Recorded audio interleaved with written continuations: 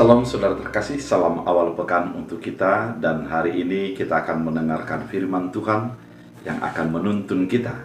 Oleh karena itu, mari persiapkan hati untuk merenungkan firman Tuhan dan melakukan dalam kehidupan kita. Kita berdoa. Damai sejahtera Allah yang melampaui segala akal dan pikiran, itulah yang memelihara hati dan pikiranmu dalam Kristus Yesus Tuhan. Amin. Saudara terkasih, firman Tuhan untuk kita dari Yeremia 20 ayat 13 dalam bahasa Batak Angkola dikatakan, "Marende madi Tuhan jana puji maguarnia akke dipaluaya do halak na gogot sian kuaso ni halak na jahat." Dalam bahasa Indonesia, "Nyanyilah untuk Tuhan, pujilah Tuhan sebab ia telah melepaskan nyawa orang miskin dari tangan orang-orang yang berbuat jahat." Demikian firman Tuhan.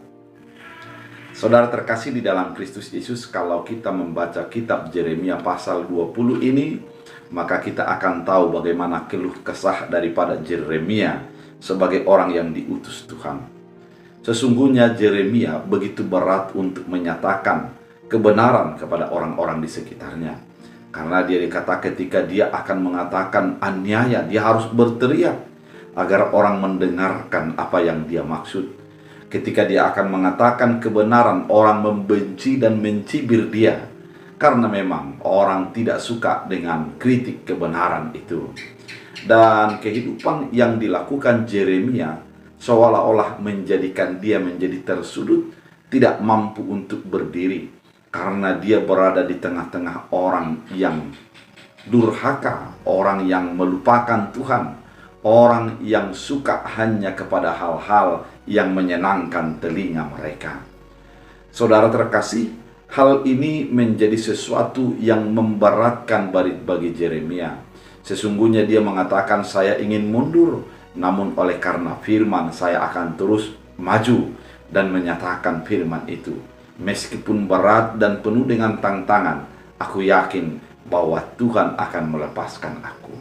Sehingga dia sampai kepada titik ayat 13 mengatakan, "Menyanyilah untuk Tuhan, pujilah Tuhan, sebab ia telah melepaskan nyawa orang miskin dari tangan orang yang berbuat jahat."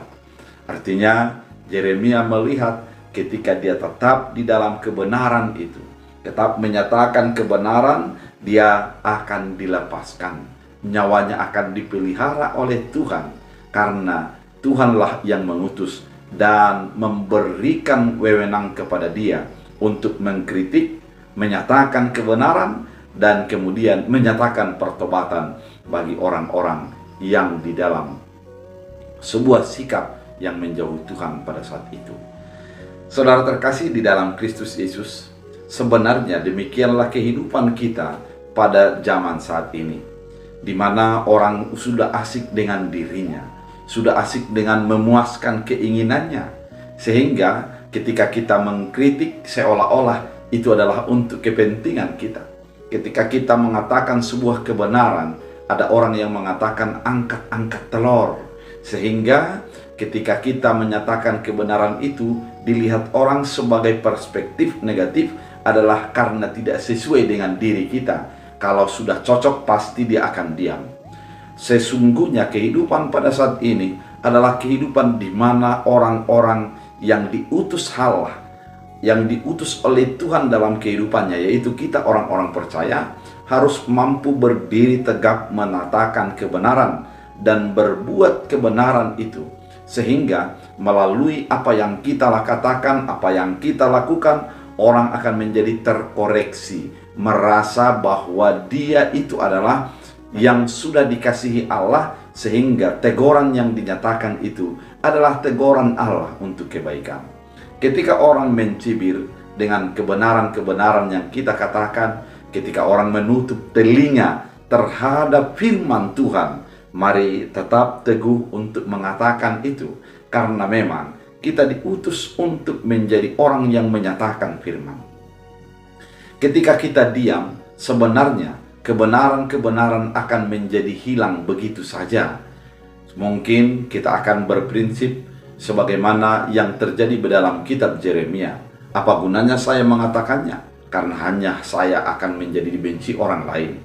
Atau kita mungkin mengatakan percuma mengatakan apa yang benar, karena ya orang sudah menutup telinganya kepada kebenaran-kebenaran itu.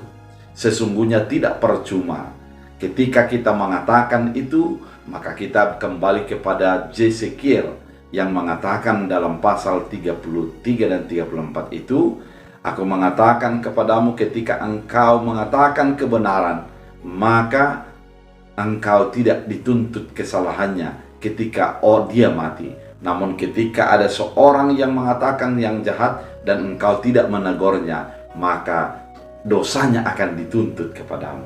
Sesungguhnya kita sebagai orang percaya harus berprinsip memahami bahwa kebenaran haruslah dinyatakan, dan Tuhan pasti memelihara nyawa kita, memelihara hidup kita, menjaga kita agar kita tetap untuk hidup dalam kebenaran itu. Oleh karena itu, saudara terkasih di dalam Kristus Yesus, nyatakan kebenaran, biarlah firman selalu engkau nyatakan kepada orang-orang yang ada di sekitarmu, sehingga melalui firman yang engkau nyatakan, orang merubah diri. Dan apabila tidak merubah diri, engkau sudah melakukan tugasmu, yaitu sebagai pewarta firman, pewarta kebenaran dalam kehidupan. Oleh karena itu, mari di setiap pekerjaan, setiap kehidupan, tetaplah berpegang pada firman dan bukan kepada kenyamanan dirimu secara batin, namun kenyamanan imanmu untuk menghidupi firman dalam kehidupan sehari-hari. Ketika itu kita lakukan, pasti kita akan hidup di dalam nyaman, hidup di dalam tenang, hidup di dalam perasaan kelegaan, karena kita tahu bahwa Tuhan memelihara hidup kita, memelihara, menjaga kita, tidak akan dibiarkan untuk menjadi sengsara oleh karena kebenaran. Biarlah firman Tuhan menuntun kita untuk melakukan kehendak Tuhan dalam kehidupan kita. Kita berdoa. Terima kasih Tuhan atas firman yang begitu indah. Melalui kitab ini, firman Tuhan kali ini, kami diingatkan untuk menyatakan kebenaran. Meski banyak orang menolak atau orang menutup telinga, namun tugas kami adalah berkata tentang kebenaran itu, karena Tuhan sudah lebih dahulu menjaga dan memelihara kami. Biarlah setiap kami melakukan firman-Mu dalam kehidupan. Hamba berdoa sepanjang satu pekan ke depan, berkati umat Tuhan yang mendengarkan firman ini.